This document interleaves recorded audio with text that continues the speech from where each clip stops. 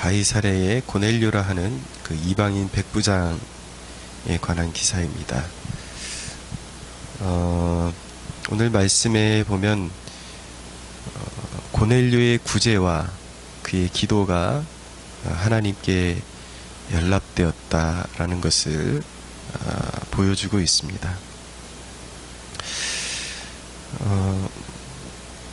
그는 하나님을 기쁘시게 하는데 온전히 삶의 그런 목적이 있던 사람이었습니다. 엄밀히 말하면 그는 아직 거듭난 사람도 아니었고 유대인식 사고방식을 가지고 이방인이었지만 그런 유대교에 입교하면서 하나님을 경외하면서 오직 하나님을 기쁘시게 해드리는데 초점을 맞추어서 인생을 살아가던 사람이었습니다. 그래서 유대인들의 관습을 따라서 하루에 3번씩 기도하는데 참여하고 하나님의 긍휼로 사람들을 품고 많은 사람들에게 자기의 가진 것들을 사용해서 구제하는 일에 힘썼던 것이죠. 근데 그것이 하나님께 연락이 되었다라는 것을 알게 됩니다. 환상 중에 그가 기도하는 중에 환상 중에 하나님의 사자가 들어와서 말하기를 4절에 고넬료가 주목하여 보고 두려워하여 이르되 주여 무슨 일이니까 천사가 이르되 내 기도와 구제가 하나님 앞에 상달되어 기억하신 바가 되었다라고 말씀하고 있습니다. 비록 하나님에 대해서 완전하게 안 것은 아니었지만 아직 예수 그리스도를 구주로 영접한 것은 아니었습니다.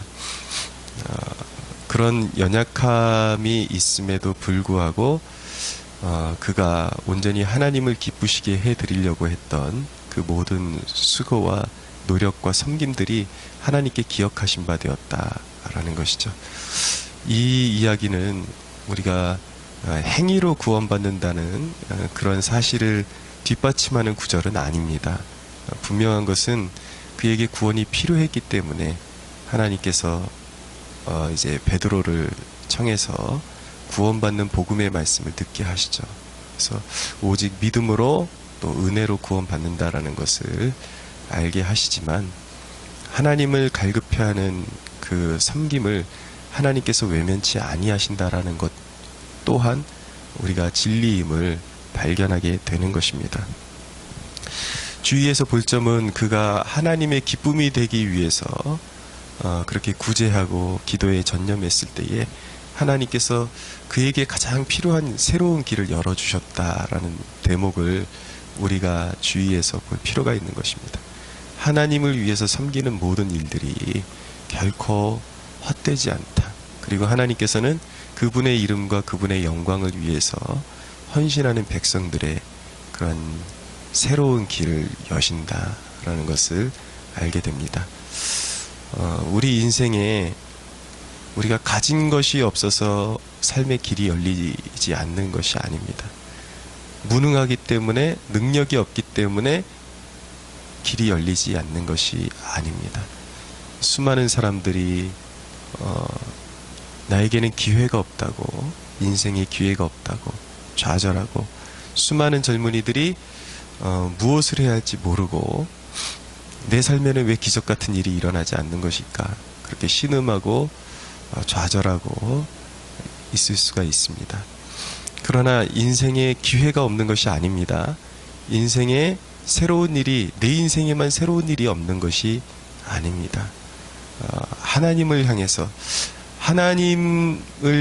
두드려보지 않고 하나님을 향해서 삶을 들여보지 않은 사람이 내 인생에 기회가 없다라고 결코 말할 수가 없는 것입니다. 하나님께 기쁨으로 자신의 젊음을 드리고 삶을 드린 사람 치고 그 삶에 하나님께서 그 길을 열어주시지 않은 사람이었고 그 길을 보살펴 주시지 않은 사람이 없다라는 것을 우리가 기억해야 합니다. 아프리카 선교에 굉장히 중심적인 역할을 했던 리빙스턴이라는 사람, 하나님 나라의 역사에 위대하고 귀한 이름으로 남아 있습니다. 근데 이분의 일화를 들어보면 이분이 어렸을 때에 그 마을의 교회에서 있는 그러한 집회 가운데 그 예배 도중에 헌금을 드리는 시간이 있었는데, 이제 마을 어른들이나 주위에 있는 분들은 헌금 바구니가 돌아다닐 때에 자기가 가지고 있는 물질을 기꺼이 드려서 하나님을 기쁘시게 해드린 반면에, 자신은 가난했고 별로 드릴 것도 없고 당장 가진 돈도 없고 하니까 이분이 결단한 것이 무엇이냐면, 아예 내 삶을 송두리째 드려야 되겠다. 그러고 헌금 바구니 위에 올라가서 자기가 앉아 있었다라는 그런 일화가 있습니다. 근데 하나님께서 그것조차도, 그런 헌신도, 어린아이의 그런 헌신도 우스꽝스러워 보이지만 하나님께 자기의 삶을 드리기로 결단한 그 사람의 고백과 결단을 결코 외면하지 않는다라는 것이죠. 그래서 그의 인생을 하나님께서 연락하시고 인류 역사에 남는 선교사로서 이름을 남기게 하셨다라는 대목. 우리 주위에도 보면은 참 믿음을 잘 지키는 사람들이 있습니다. 여기 오늘 이 생명의 말씀 큐티 그 다음 대목에도 보면 김남준 목사님의 그런 삶의 간증들이 나오는데, 20대 때 아무것도 보이지 않는 그런 막연한 길 가운데서 어떻게 해야 될까? 그냥 하나님께 자기의 인생을 한 몇 년간 그냥 하나님 가지시라고, 그래서 온전히 하나님께 헌신하고 하나님께 드리는 기간으로 삼고 오로지 하나님 예배하고 그리고 교회에 봉사하고 헌신하면서 자신의 삶을 드리는 일에 힘썼다라고 그렇게 고백하고 있습니다. 그러나 그 봉사가 무르익어가고 정말 혼신을 다해서 그렇게 하나님만 섬기는 와중에 길이 열려서 공부할 수 있는 길도 열리고 하나님께서 앞길을 열어주셔서 또 주의 종으로 귀하게 쓰임받는 그런 영광을 누릴 수 있게 되었다라는 고백을 듣게 됩니다. 우리 세대의 가장 그 하나님께 쓰임받고자 하는 사람들의 가장 필요한 부분은 무엇이냐면 치유가 필요합니다. 마음의 치유.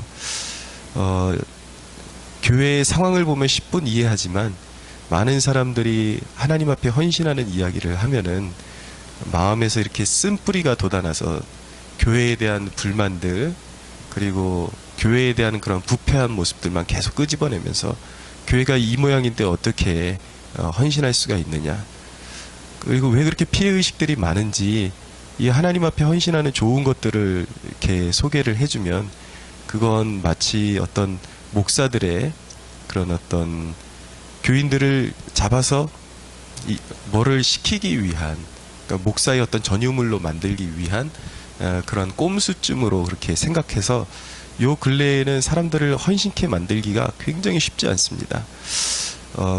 그런 분들이 이야기하는 그 아픔, 내막을 이해는 합니다. 교회가 그렇게 쉬운 상황이 아니기 때문에. 근데 우리가 하나님에 관한 축복의 메시지를 나눌 때에 그런 부정적인 면으로부터 출발을 하게 되면은 결국은 누구 손해인가? 결국은 자기 자신이 그 손해를 다 받는 것입니다. 왜냐하면 영적인 그런 어떤 열린 문으로 한번 들어가 보지를 못해요. 그 상처 때문에.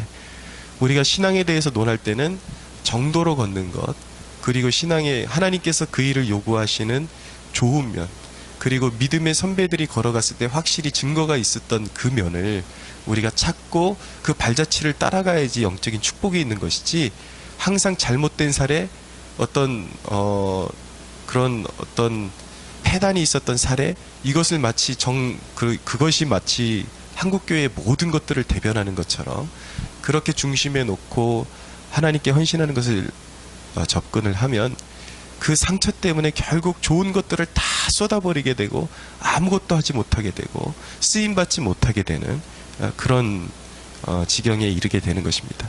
결국은 누구 손해입니까?